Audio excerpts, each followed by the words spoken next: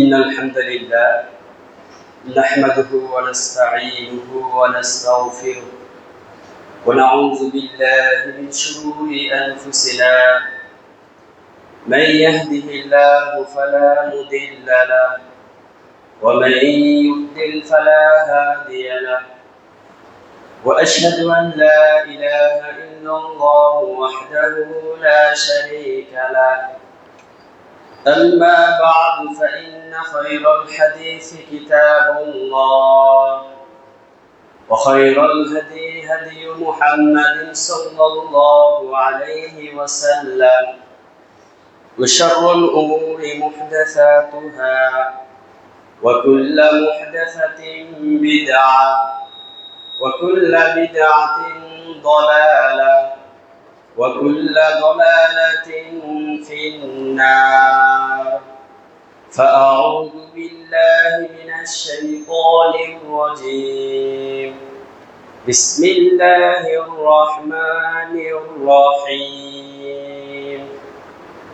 يا أيها الناس اتقوا الله وقولوا قولا سديدا يصلح لكم أعمالكم ويغفر لكم ذنوبكم ومن يطع الله ورسوله فقد فاز فوزا عظيما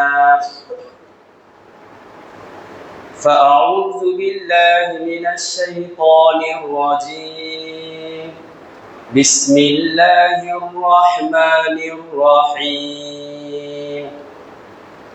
إن عدة الشهور عند الله 12 شهرا في كتاب الله يوم خلق السماوات والأرض منها 4 حرم وعن أبي بكرة نفيل بن الحارث رضي الله عنه عن النبي صلى الله عليه وسلم قال إن الزمان قد استدار كهيئته يوم خلق الله السماوات والأرض السنة 12 شهرا منها 4 حرم 3 متواليات ذو القعدة وذو الحجة ومحرم ورجب مضر الذي بين جمادى وشعبان আলহামদুলিল্লাহ যাবতীয় প্রশংসা সেই মহান রব্বুল আলামিনের জন্য যিনি আমাদেরকে অশেষ রহমত ও দয়ার মাধ্যমে পরিবেশন করে আমাদেরকে নতুন বৎসরে পদার্পণ করার তৌফিক দিয়েছেন। সে কারণে আমরা সকলেই বলি আলহামদুলিল্লাহ। অসংখ্য দুরূদ ও সালাম বর্ষিত হোক সেই প্রিয় নবী যিনি আমাদেরকে সঠিক পথ দেখিয়েছেন, যার আদর্শে আমরা আদর্শিত, যার গর্বে আমরা গর্বিত, যার পদাঙ্ক অনুসরণ করাই হলো আমাদের দ্বীন ইসলাম। বিধায়ী সেই রাসূলের প্রতি সংক্ষিপ্ত আকারে আমরা দুরূদ পাঠ করি, আল্লাহুম্মা সাল্লি আলাইহি আল্লাহুম্মা বারিক আলাইহি। আজকের জুমার খুতবার বিষয় হচ্ছে মুহররম মাস এবং শিয়া সম্প্রদায়। উক্ত বিষয়টি শুরু করার পূর্বেই বিশেষ করে মহিলাদের জন্য একটি কথা, যে সাধারণত নিয়ম হলো জুমার দিনে যে মসজিদে প্রবেশ করবে সে সুন্নত সালাত আদায় করবে, কিন্তু কত রাকাত পড়বে সেটা উল্লেখ নেই। একাধিক 2 রাকাত, 4 রাকাত, 6 রাকাত, যত রাকাত পারে পড়বে। এটা হচ্ছে যে ব্যক্তি খুতবা শুরুর পূর্বে মসজিদে আসবে। আর যে ব্যক্তি খুতবা চলমান অবস্থায় মসজিদে আসবে তাহলে সে কেবল 2 রাকাত সালাত আদায় করবে। আর জুমার সালাত আদায়ের পরে সাধারণত কেউ যদি মসজিদে সালাত আদায় করে 4 রাকাত সালাত আদায় করবে, আর বাড়িতে সালাত আদায় করলে 2 রাকাত সালাত আদায় করবে। অবশ্যই এটা আমরা পুরুষ মহিলা সকলেই পালন করার চেষ্টা করব ইনশাআল্লাহ। প্রিয় উপস্থিতি, তো মুহররম মাস আমরা একটি বিষয় স্মরণ করিয়ে দিতে চাই যে মুহররম মাস থেকে আসলো। হিজরি সন যে আমরা বলি যে 1447 হিজরি, এই সনটা কোথা থেকে আসলো, তো সেই বিষয়ে আমরা একটু অবগত হই। প্রিয় উপস্থিতি, আমরা জানি সর্বপ্রথম মাস হচ্ছে মুহররম মাস, আরবির মুহররম মাস। কিন্তু রাসূল সাল্লাল্লাহু আলাইহি ওয়াসাল্লামের পূর্বে ওই সময় এই মুহররম মাস বা দিন তারিখ সন কোনো কিছু ছিল না। তখন কেবলমাত্র রোমান এবং পারস্য, এই দুইটি সুপার পাওয়ার, ওই সময়কার সুপার পাওয়ার দুই দেশ, তো তাদের মাঝে ক্যালেন্ডার ছিল যেটাকে বলা হয় বর্ষপঞ্জি। তো সেই ক্যালেন্ডারকেই অনুসরণ করতো ওই সময়কার মানুষ। আরেকটি বিষয় স্পষ্ট করি যে রোমান সম্রাট বা রোমান সাম্রাজ্য, এই রোমান হচ্ছে মূলত ইতালির রাজধানী রোম। ওই রোম থেকে পরবর্তীতে ওই রোমের যারা অবস্থান করেছিল, যে সকল মানুষেরা ছিল, তো এটাই বর্তমানে ইউরোপ, যেটাকে আমরা ইউরোপ বলি, স্পেন, জার্মান ইত্যাদি দেশ সহ, তো এরাই হচ্ছে বর্তমানের ইউরোপ। এরা হচ্ছে রোমান সাম্রাজ্য, যারা ছিল ওই সময়কার সুপার পাওয়ার। আর হচ্ছে পারস্য। পারস্য হচ্ছে বর্তমানে ইরান, শিয়া রাষ্ট্র ইরান। তো এই ইরান, এদের ভাষা ছিল ফার্সি। তো এটা থেকে পরিবর্তন হয়ে আসছে পার্সি, পার্সি থেকে হয়েছে পারস্য। তো এই দুইটা বিষয় খেয়াল রাখবেন। তো ওই সময়কার এই দুইটা রাষ্ট্রের মধ্যে ছিল ক্যালেন্ডার, যেটা ঈসা আলাইহিস সালাম এর সাল অনুযায়ী, জন্ম সাল অনুযায়ী তারা এই ক্যালেন্ডারটা তৈরি করেছিল।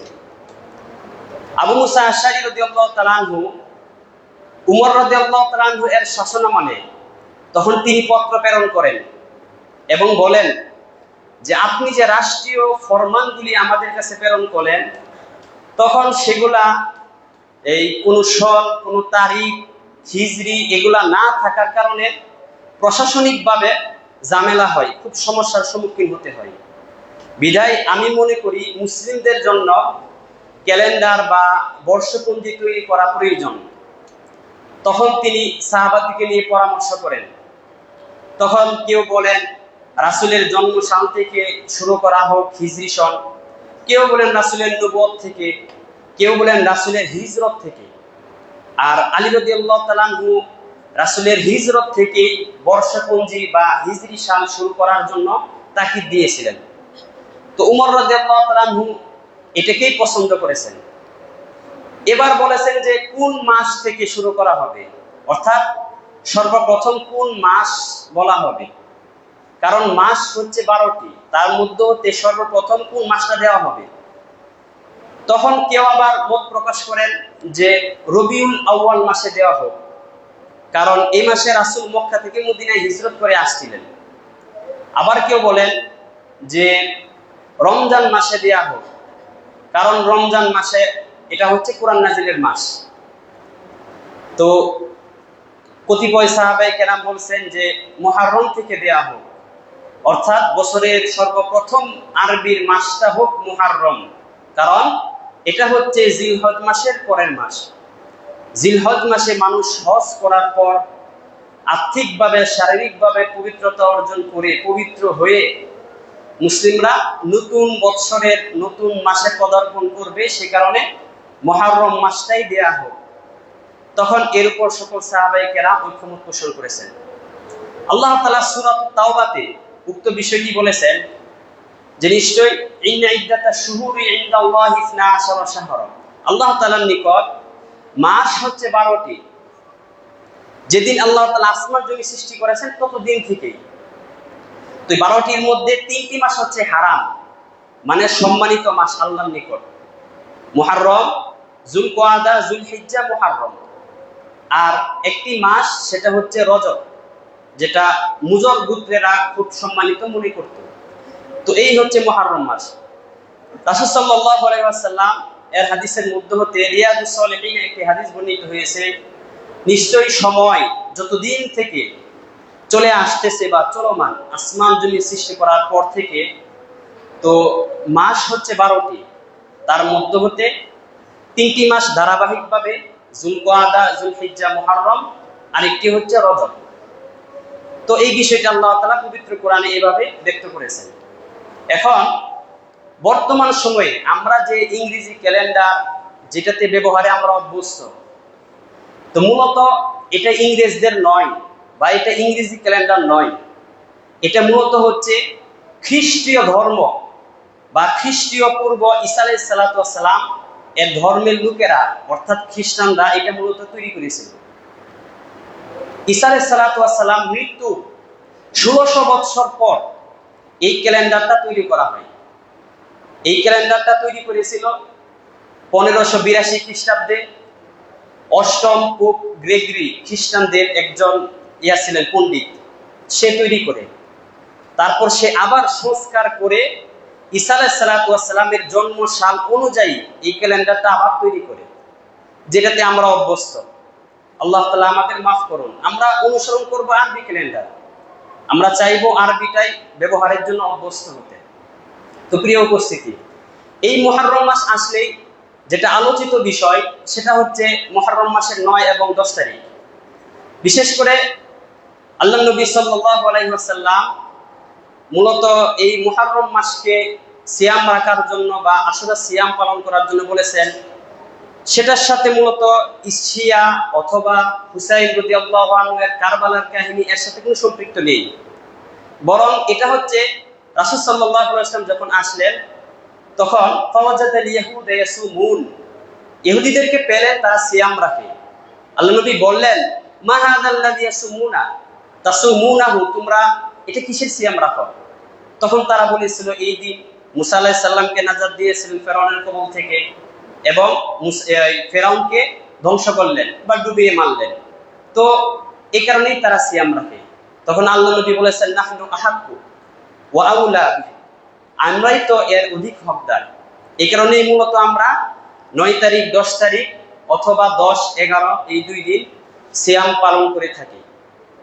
তো এর সাথে মূলত শিয়াদের কোনো সম্পর্ক নাই, তবে শিয়ারা এই দিনকে খুব বড় দিন মনে করে এবং খুব এমন ধরনের কাজ করে যেটা ইসলামের বহির্ভূত কাজ। প্রিয় উপস্থিতি, আলী রাদিয়াল্লাহু তাআলা আনহু যখন খেলাফতে আসলেন, উসমান রাদিয়াল্লাহু তাআলা আনহুকে যখন গড়ে অবরোধ করে হত্যা করা হলো, তখন আলী রাদিয়াল্লাহু তাআলা আনহু মুসলিমদের খলিফা নির্বাচিত হলেন। তখন শাম দেশের রাজধানী দামেস্ক, সেখানকার গভর্নর ছিল মুয়াবিয়া রাদিয়াল্লাহু আনহু। তিনি চাইলেন যে সর্বপ্রথম উসমান রাদিয়াল্লাহু তাআলা আনহুর হত্যার প্রতিশোধ নেওয়া হোক।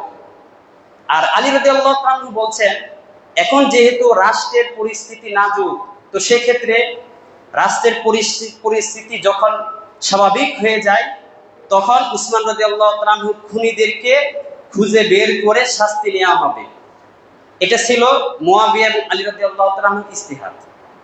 কিন্তু যার পরবর্তীতে সিফিনের যুদ্ধ সংঘটিত হয়। তো যাই হোক, আলী রাদিয়াল্লাহু তাআলা আনহু তখন তিনি ক্ষমতা পরিচালনা করছেন।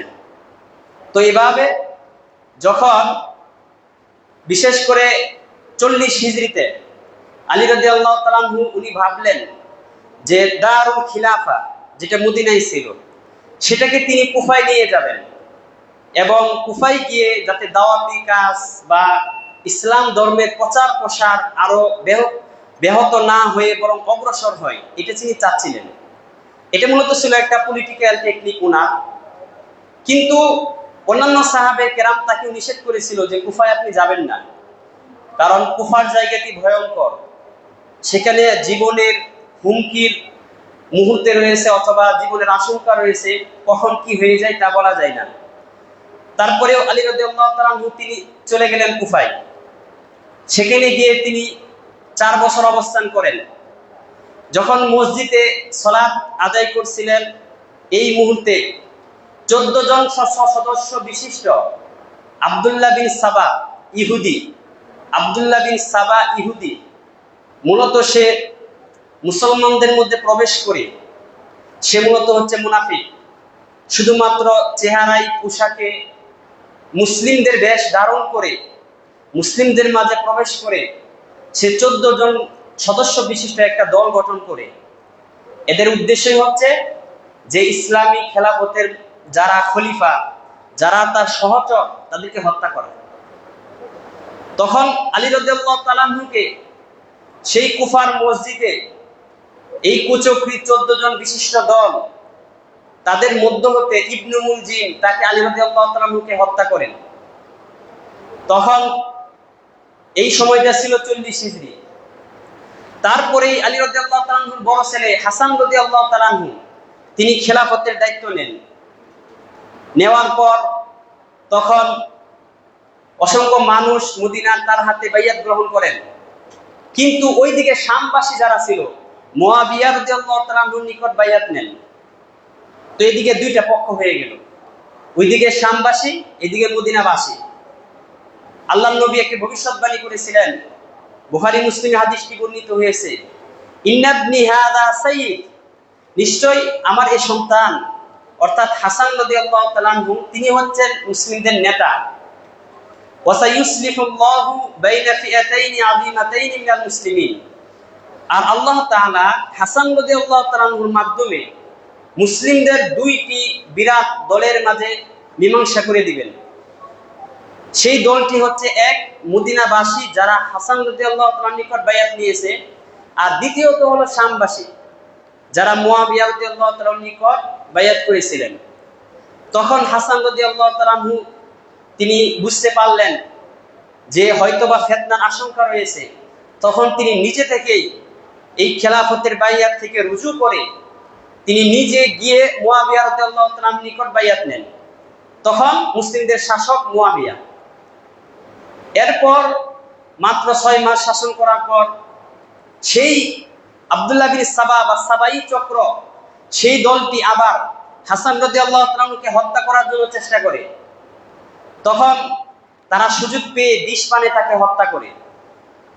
এরপর হুসাইন রাদিয়াল্লাহু তাআলা আনহু তখন তিনি ভাবলেন যে মদিনাবাসী তাদের বাইয়াত গ্রহণ করবেন কিনা, ওইদিকে আবার কুফাবাসী রয়েছে, তারা হাসান রাদিয়াল্লাহু তাআলা আনহুকে, হুসাইন রাদিয়াল্লাহু তাআলা আনহুকে বাইয়াত করার জন্য আহ্বান করতেছে।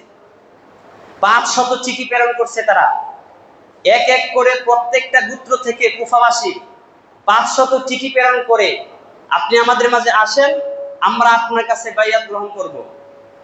তখন মদিনাবাসীর সকল মানুষে মুয়াবিয়া রাদিয়াল্লাহু তাআলার নিকট বাইয়াত গ্রহণ করেন, 4 জন ব্যতীত।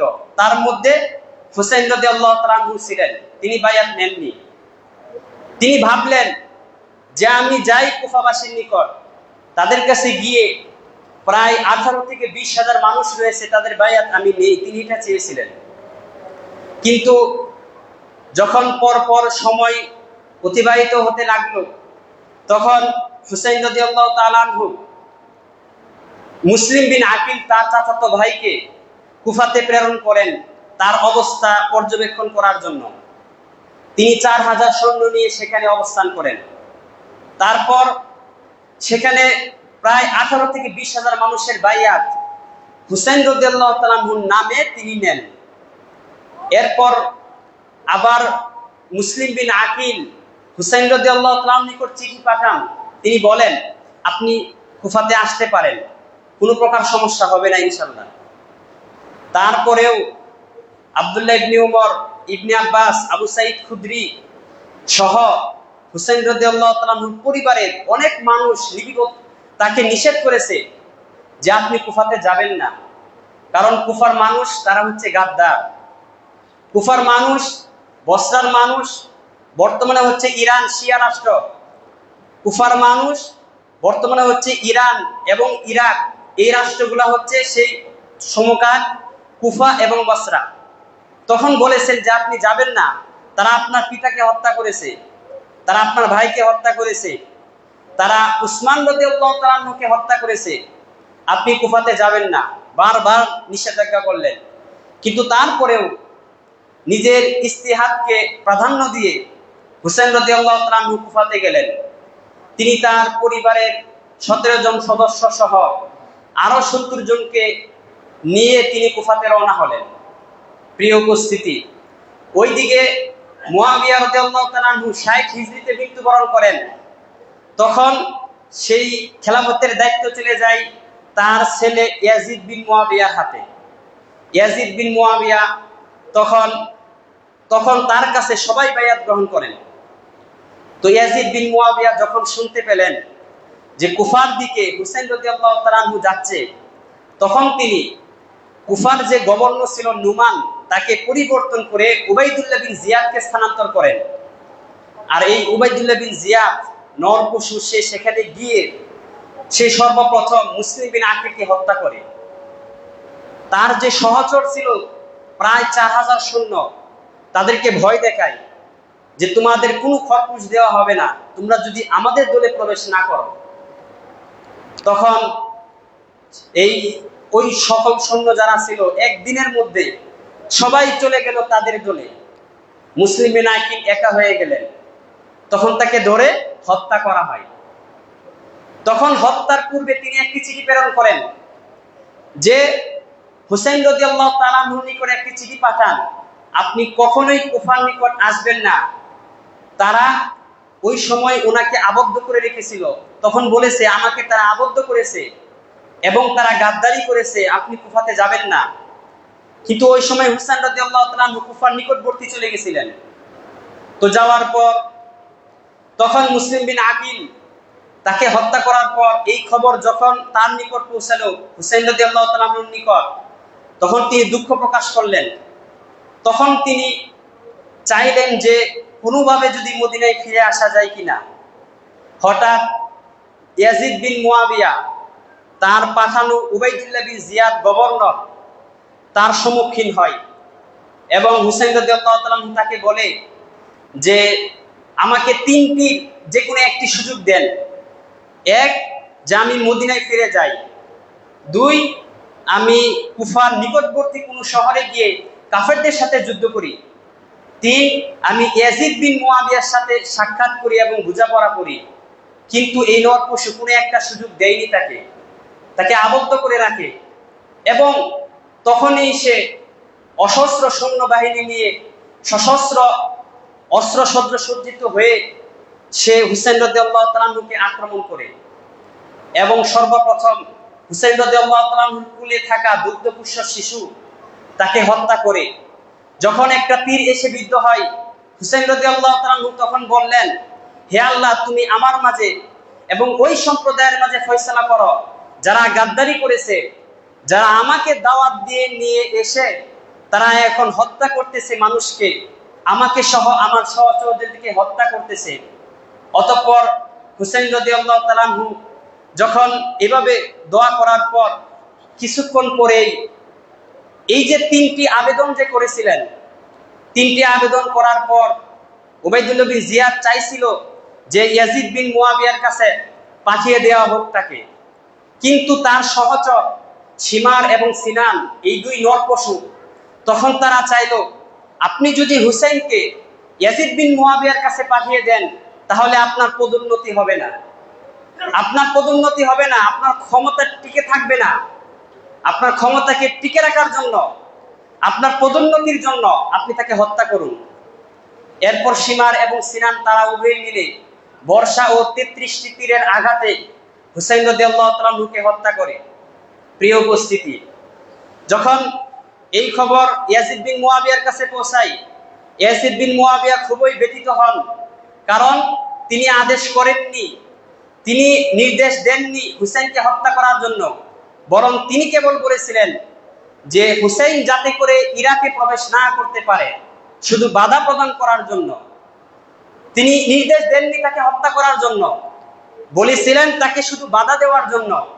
অতঃপর যখন হুসাইন রাদিয়াল্লাহু তাআলা আনহুর মাথাকে দেহ থেকে বিচ্ছিন্ন করে ইয়াজিদ বিন মুয়াবিয়ার কাছে পাঠানো হয় এবং তার পরিবারের কিছু সংখ্যক মানুষ যারা ইয়াজিদ বিন মুয়াবিয়ার কাছে যায়, যাওয়ার পর কান্নার রুল পড়ে যায়। সবাই কাদা কাদা অবস্থায় কাঁদতে থাকে হাউমাউ করে। ইয়াজিদ বিন মুয়াবিয়া বলতে লাগলেন, হে আল্লাহ, এই নরপশু ইয়াজিদ বিন মুআবিয়া বলতেছে, হে আল্লাহ, এই যে এই নরপশু ইবনে জিয়াদ যে হুসাইন রাদিয়াল্লাহু তাআলা আনহুকে হত্যা করেছে, আমি এটা চাইনি।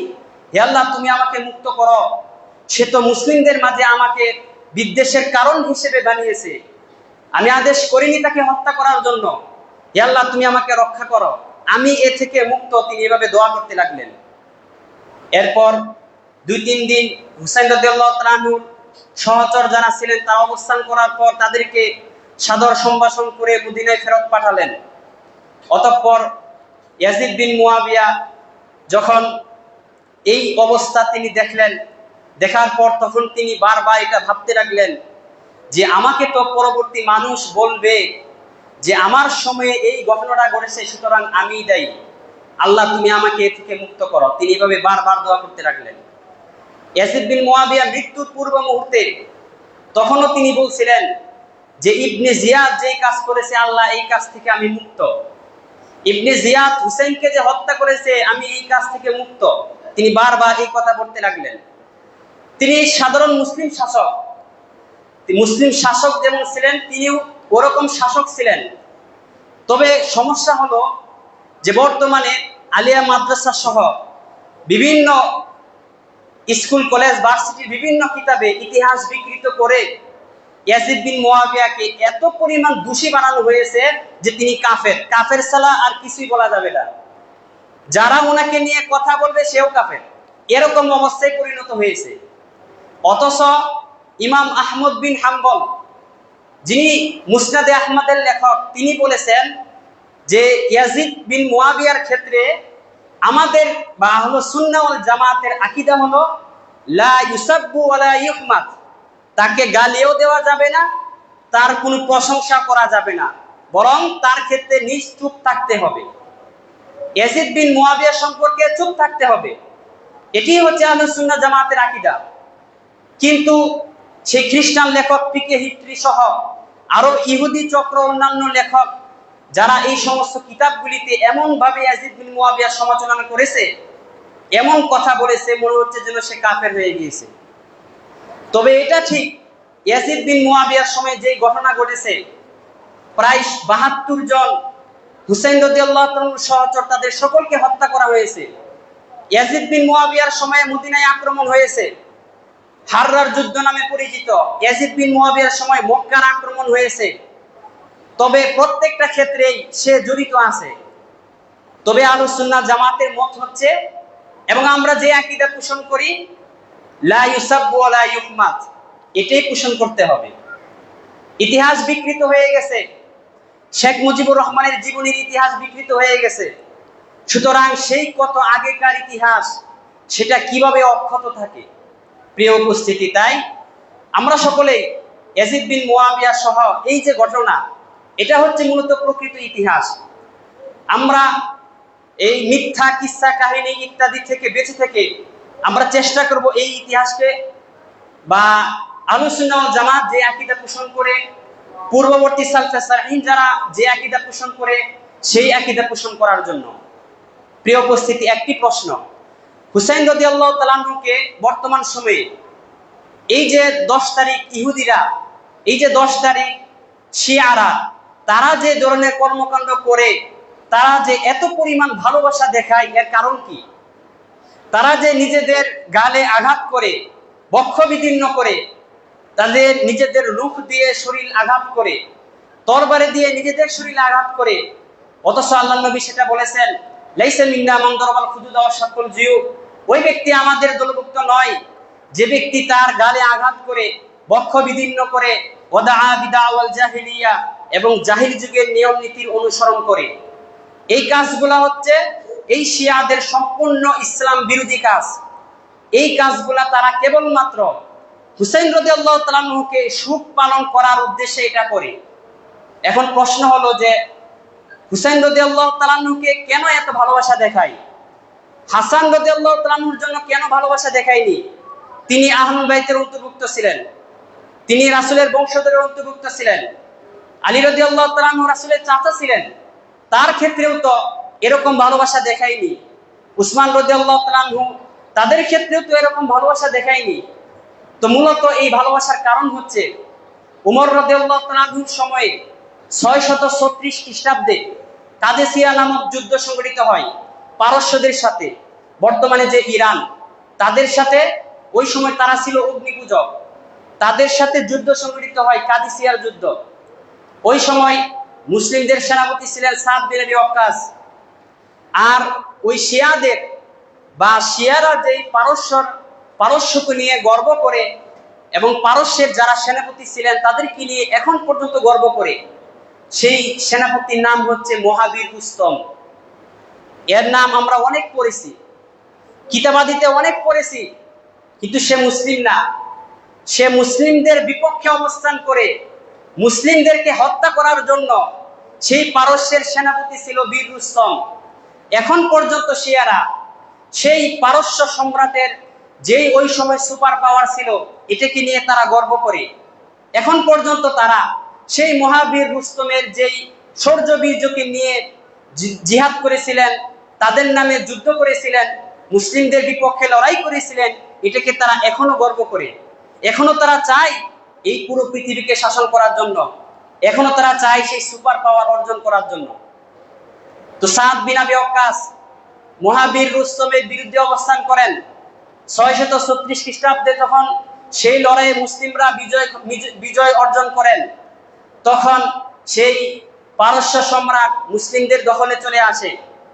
ওই সময় অনেক সম্পদ এবং একাধিক পরিমাণে দাসী মুসলিমরা তারা গনিমত হিসেবে লাভ করে।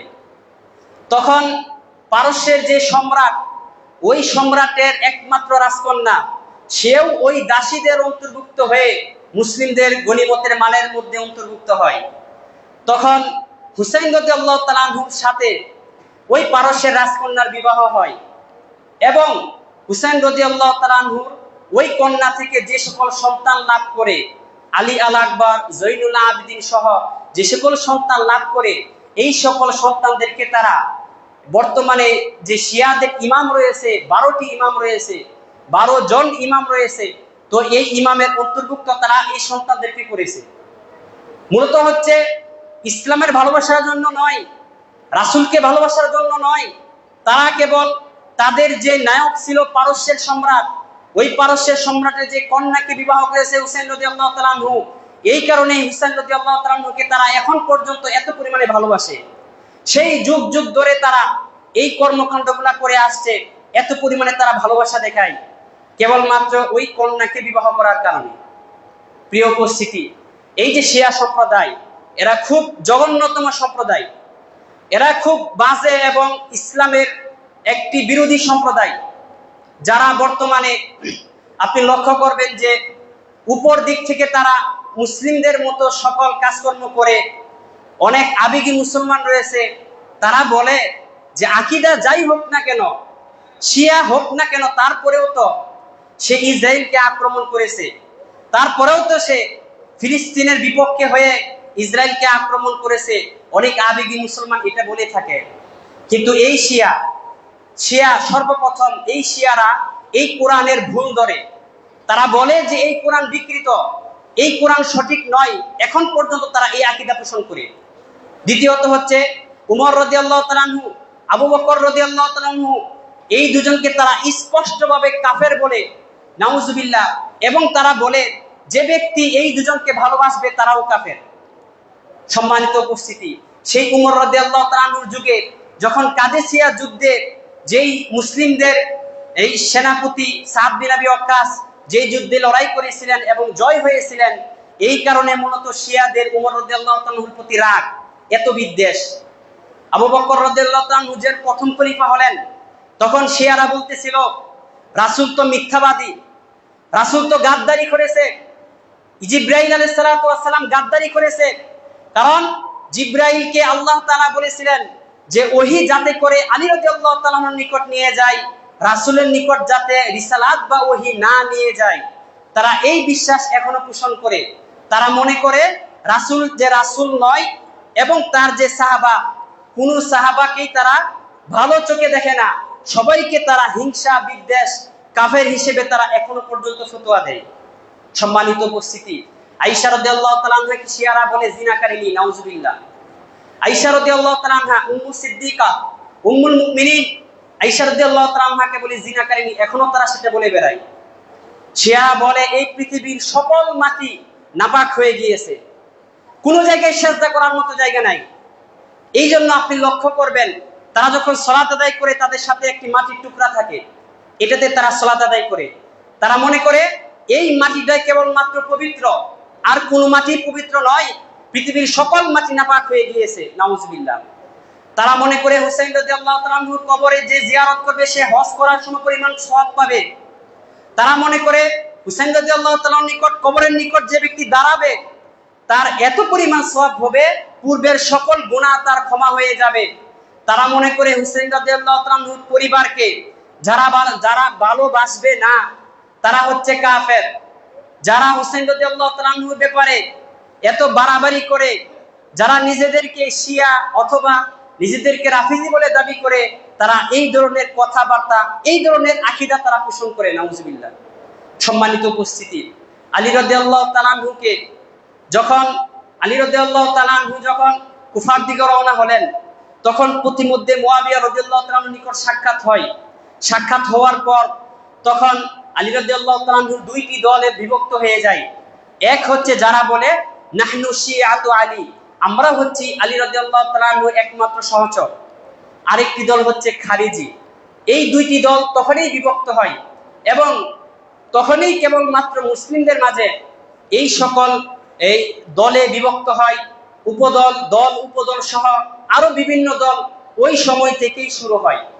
তো এই শিয়া সম্প্রদায়, তো বর্তমানে আপনি দেখবেন যে তারা উপর দিয়ে মুসলিমদেরকে খুব ভালো বা মুসলিমদের সাথে রয়েছে বা মুসলিম ইসলামকে পছন্দ করে এই ধরনের কথাবার্তা তারা বলে বেড়ায়। কিন্তু মূলত তারা জঘন্যতম এই শিয়া সম্প্রদায়, যারা কোরআন সুন্নাহ সহকারে, রাসূলের রিসালাতকে অস্বীকার সহকারে, সাহাবায়ে কেরাম, সকল সাহাবায়ে কেরামকে তারা অস্বীকার করে, কেবল 10 জন ব্যতীত 10 জনকে তারা মনে করে এরা হচ্ছে নিষ্পাপ, এরা হচ্ছে একমাত্র সাহাবী হওয়ার উপযুক্ত। কোন সাহাবী? তারা হচ্ছে আলী রাদিয়াল্লাহু তাআলা আনহু সাহাবী, এটা তারা বলে বেড়ায়। তাদের কালিমা হচ্ছে লা ইলাহা ইল্লাল্লাহ মুহাম্মাদুর রাসূলুল্লাহ ওয়া আলিয়্যুন ওয়ালিয়ুল্লাহ, আল্লাহ ছাড়া কোনো মাবুদ নেই, মুহাম্মদ আল্লাহর রাসূল, এটা বলে। তবে তারা বলে আলী হচ্ছে আল্লাহ তাআলার একমাত্র ওলি, আলী হচ্ছে আল্লাহ তাআলার অভিভাবক। আলী রাদিয়াল্লাহু তাআলা আনহুকে তারা এত পরিমাণ সম্মান করে, সমান আল্লাহ তাআলার মর্যাদার উপর নিয়ে যায় তারা, নাউজুবিল্লাহ। রাসূল থেকে আরো বেশি পরিমাণে ভালোবাসে তারা আলী রাদিয়াল্লাহু তাআলা আনহুকে। কারণ হচ্ছে সেই শিয়া সম্প্রদায়ের একটি মতবাদ হচ্ছে আল ইমামিয়া, অর্থাৎ ইমামত হওয়ার উপযুক্ত যারা, এখন পর্যন্ত তাদের যে 12 জন ইমাম, তো এই ইমামদের আকীদা পোষণ করার কারণে তারা আলী রাদিয়াল্লাহু তাআলা আনহুকে এত পরিমাণে ভালোবাসে। তাদের যে 12 জন ইমাম রয়েছে, এখন পর্যন্ত তাদের মাঝে নিকাহে মুতাআ, অর্থাৎ সাময়িক সময়ের জন্য বিবাহ করা, সাময়িক সময়ের জন্য মহিলাকে ভোগ করা, এখন পর্যন্ত তাদের মাঝে বৈধ। তারা মনে করে যে কোন মহিলার সাথে কেউ যদি জিনা করে এটা জিনা না, বরং এটা হচ্ছে তাদের জন্য নেকির কাজ, নাউজুবিল্লাহ। এই সকল ভ্রান্ত আকীদা শিয়ারা পোষণ করে। তো এই বর্তমান সময়ে যেই শিয়া সম্প্রদায়, তো এই কারবালার ঘটনাকে কেন্দ্র করে যে সকল আলোচনা করা হয়, তো মূলত এই শিয়া সম্প্রদায়কে নিয়েই করা হয়। তাদের এই সমস্ত কার্যকলাপ কখনোই ইসলাম সমর্থন করে না। ইসলাম আমাদেরকে স্বচ্ছ ধর্ম দিয়েছেন, ইসলাম আমাদেরকে স্বচ্ছ আকীদা, বিশ্বাস। কোনো মুসলিম যাতে কষ্ট না পায়, কোনো মুসলিম যাতে আঘাত না পায়, প্রত্যেকটা মুসলিমের সম্মান, মান সম্মান, যতটুকু সম্মান করা দরকার ততটুকু সম্মান করা ইসলাম সেটা দিয়েছেন। বাড়াবাড়ি ইসলামে বৈধ নয়। প্রিয় উপস্থিতি, বিধায় আসুন, সময় সংক্ষিপ্ত, আমরা এশিয়া সম্পর্কে আরো জানি। তারা কতটা জঘন্যতম, তারা ইসলামকে কতটা নিচে নিয়ে গেছে, তারা ইসলাম সম্পর্কে কতটা মিথ্যা কথা রচনা করেছে, আমরা শিয়া সম্পর্কে জানি। এবং তাদের ভ্রান্ত আকীদা থেকে শুরু করে যত প্রকার অপকৌশল রয়েছে, আল্লাহ সুবহানাহু ওয়া তাআলা এই সকল অপকৌশল থেকে আমাদেরকে হেফাজত করুন, আমিন। হাযা মা ইনদি ওয়াস সাওয়াবু ইনদাল্লাহ।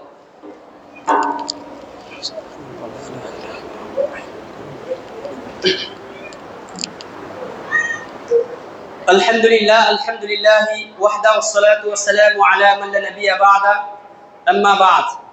প্রিয় উপস্থিতি, আসুন জুমার খুতবা দোয়া কবুলের সময় আমরা মহান রব্বুল আলামিনের নিকট দোয়া করি আল্লাহ সুবহানাহু ওয়া তাআলা যাতে করে সর্বপ্রথম আমাদেরকে ঈমানের হালতে এই পৃথিবীতে অবস্থান করার তৌফিক দিন, আমিন। আমরা সকলেই যেন ঈমান হালত নিয়েই মৃত্যুবরণ করতে পারি, সকলে বলি আমিন। আল্লাহ তাআলা এই পৃথিবীতে যাবতীয় ফিতনা ফাসাদ, বালা মুসিবত, যাবতীয় ইহুদি খ্রিস্টান সহ অন্যান্য এই হিন্দু ধর্ম সহ বিভিন্ন দলের কুশল থেকে আমাদেরকে হেফাজত করুন, আমিন। আল্লাহ সুবহানাহু ওয়া তাআলা ইসলাম ধর্মকে উঁচু করুন, আমিন। আল্লাহ সুবহানাহু ওয়া তাআলা আমাদের মধ্যে যারা অসুস্থ রয়েছে সকলকে যেন সুস্থতা করে দেন, সকলে বলি আমিন। ইন্নাল্লাহা ইয়া'মুরুকুম বিল আদলি ওয়াল ইহসান ওয়া ইতা'i যিল কুরবা ওয়া ইয়ানহা 'আনিল ফাহশাই ওয়াল মুনকারি ওয়াল বাগই ইয়া'iদুকুম লা'আল্লাকুম তাযাক্কারুন ফাযকুরুল্লাহা ওয়াযকুরুকুম ওয়াদউহু ইয়াস্তাজিব লাকুম ওয়া লাযিকরুল্লাহি তাআলা আ'লা ওয়া আজাল্লু ওয়া আতাম্মু ওয়া আকবার।